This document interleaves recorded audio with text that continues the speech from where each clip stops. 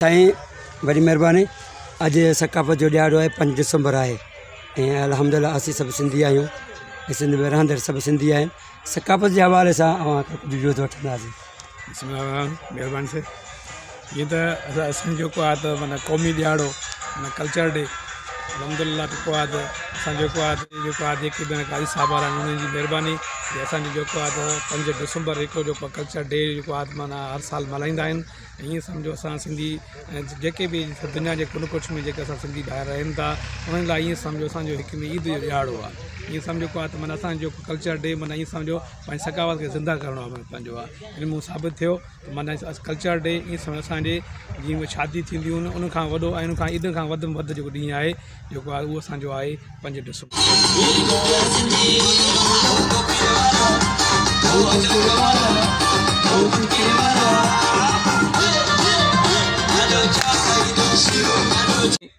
अज असांजे ईद जो ॾींहुं आहे, असांजे ख़ुशीअ जो ॾींहुं आहे। जेस्तो असां अॼोके ॾींहं ते पंहिंजे सिंध में न बल्कि असीं बलोचिस्तान डेरा अलायार शहर में असां पंहिंजी एक्टिविटी हवाले सां निकितल आहियूं, पर उते बलोचिस्तान में भी असां पंहिंजे सिंध जी सकाफ़त नाहे विसारे सघिया।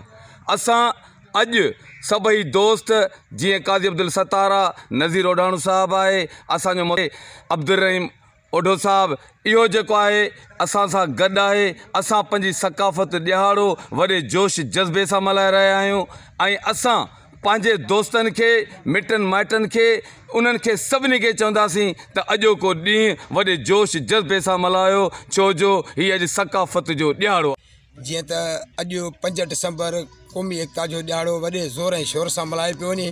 असीं बि कंहिं एक्टिविटी जे तरफ़ां बलूचिस्तान डेरा अलायार में निकितल आहियूं ऐं असीं बि अॼोको ॾींहुं भरपूर नमूने सां मल्हायूं पिया ऐं असीं सिंधी भाउरनि खे इहा गुज़ारिश था कयूं त तव्हां बि अॼोको ॾींहुं ईद जियां भरपूर नमूने सां मल्हायो। तुंहिंजो नाव बाज बि ओॾाई मंगिया, रीत में रीथूणीअ तूं छपर तूं छां ऐं गुजारो कां मालूम तोखे सभु की।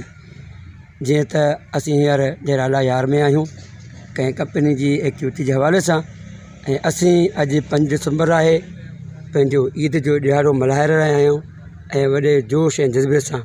ऐं असीं पंहिंजे सिंध वासियुनि खे बि इहो ई अर्ज़ु कंदासूं जेके ॿियनि मुल्कनि में रहनि था उहे बि 5 दिसंबर ते पंहिंजो सकाफ़त जो ॾियारो न भुलाइनि ऐं वॾे जोश ऐं जज़्बे सां मल्हाइनि।